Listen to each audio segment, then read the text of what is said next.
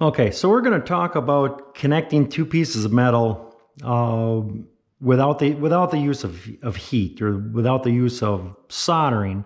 And this method is considered a cold connection, and it's really a rivet, which is just a pin that is hammered a little bit to displace the ends, which will create pressure and hold two pieces of metal together.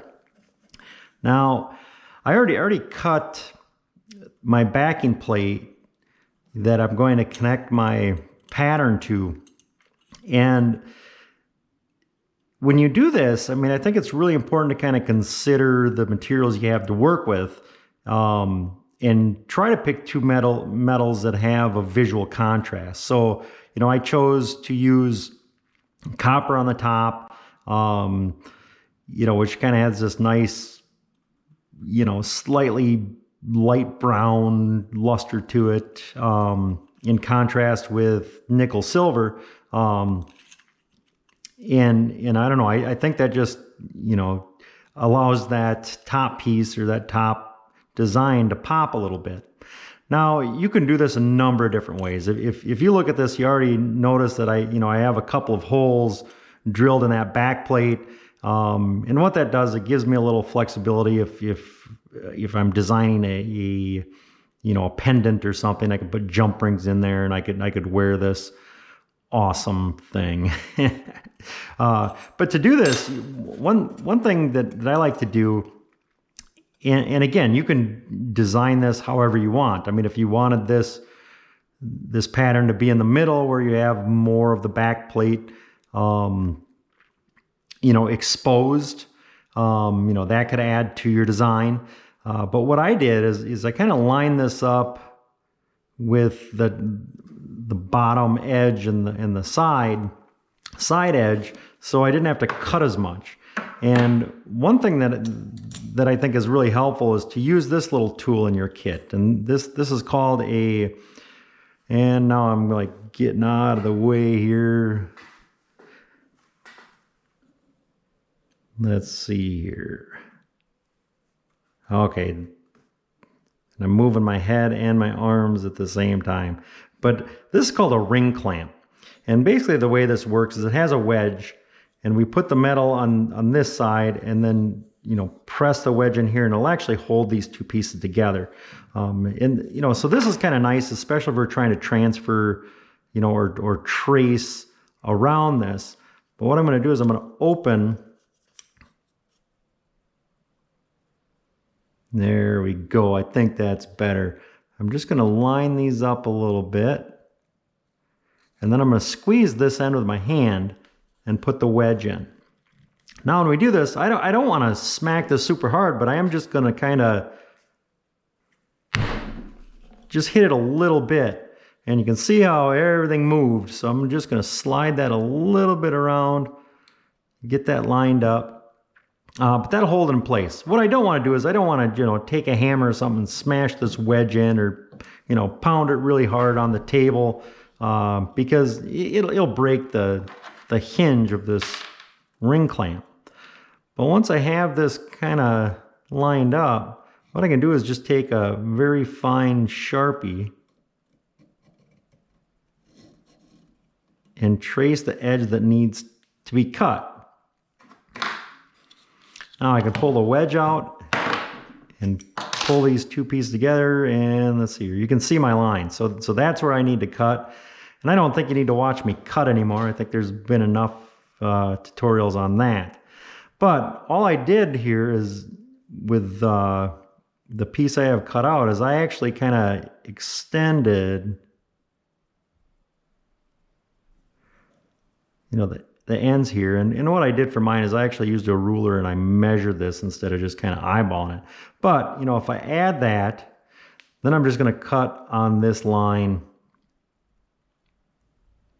all the way down, and then drill a couple holes, and then I have this.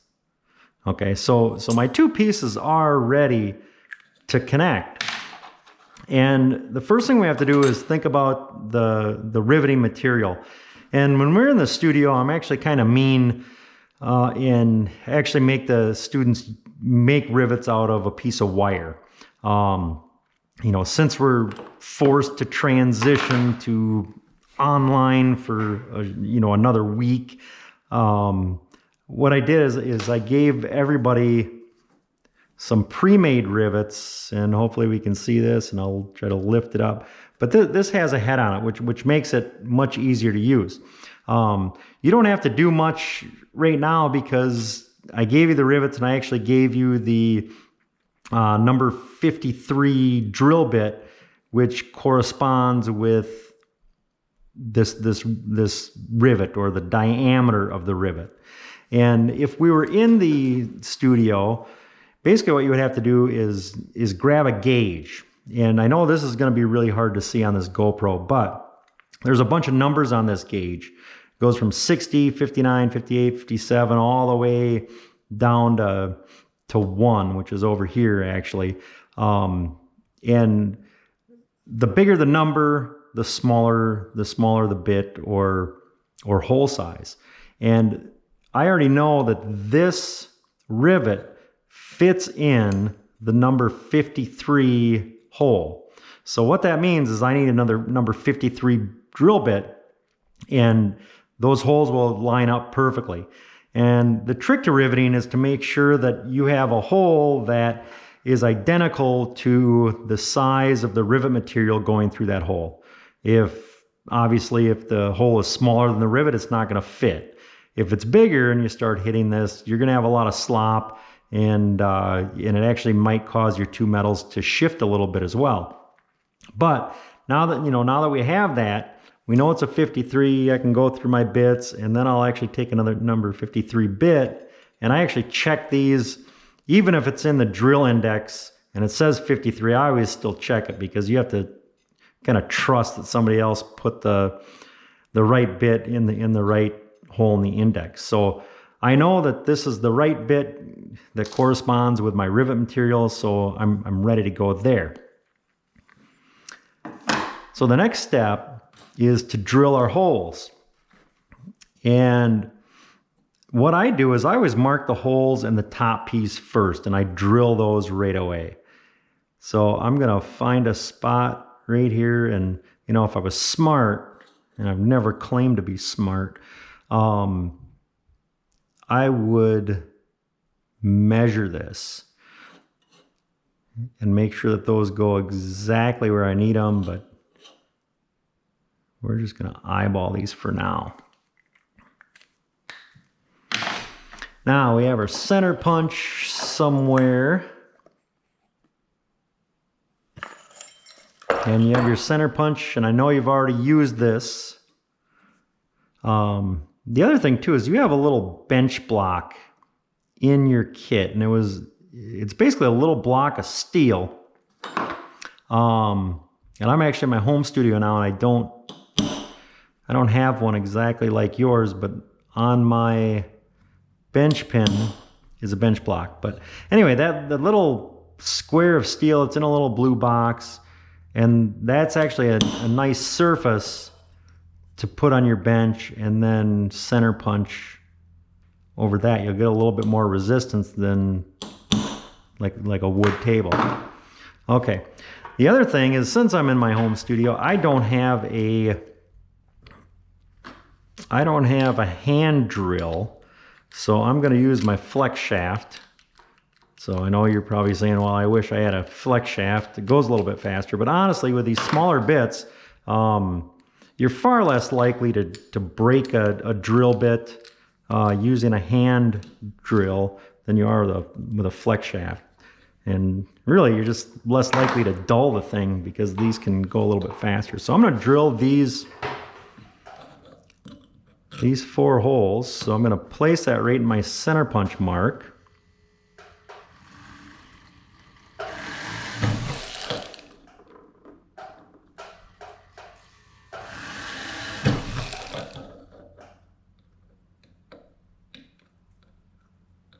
And the other thing is, when I designed this thing, I really wasn't thinking things through, because I have a pretty tight frame around here. So I just hope that that's going to be a little narrower than my rivet head. But anyway, you know, I have 4 holes here. The back side, what you'll find out whenever you drill a hole is you have a little burr that drill bit makes. And I think I put a number 30 bit in your kit as well. So what I like to do is, you know, I take that bigger bit, and on the back side, just with my hand, you know, I don't want to press hard, but all I'm doing is just lightly spinning a bigger bit. You know, I spin that thing, and since the copper's soft, it'll actually kind of remove that bit. You know, I would not suggest putting this in your hand drill and trying to drill that out, because it's going to catch and just drill a bigger hole, and then your rivet's not going to work. So I have my 4 holes here. Now you might need a friend to do this next step since you are using a hand drill. But what I'm going to do is I'm going to line up my 2 pieces and get my ring clamp.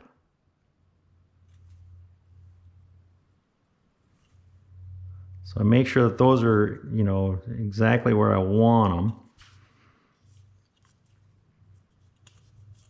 And I'm actually going to move this like all the way to the middle. I want to make sure too, you know, if I look at this, I want to make sure that those areas are flat.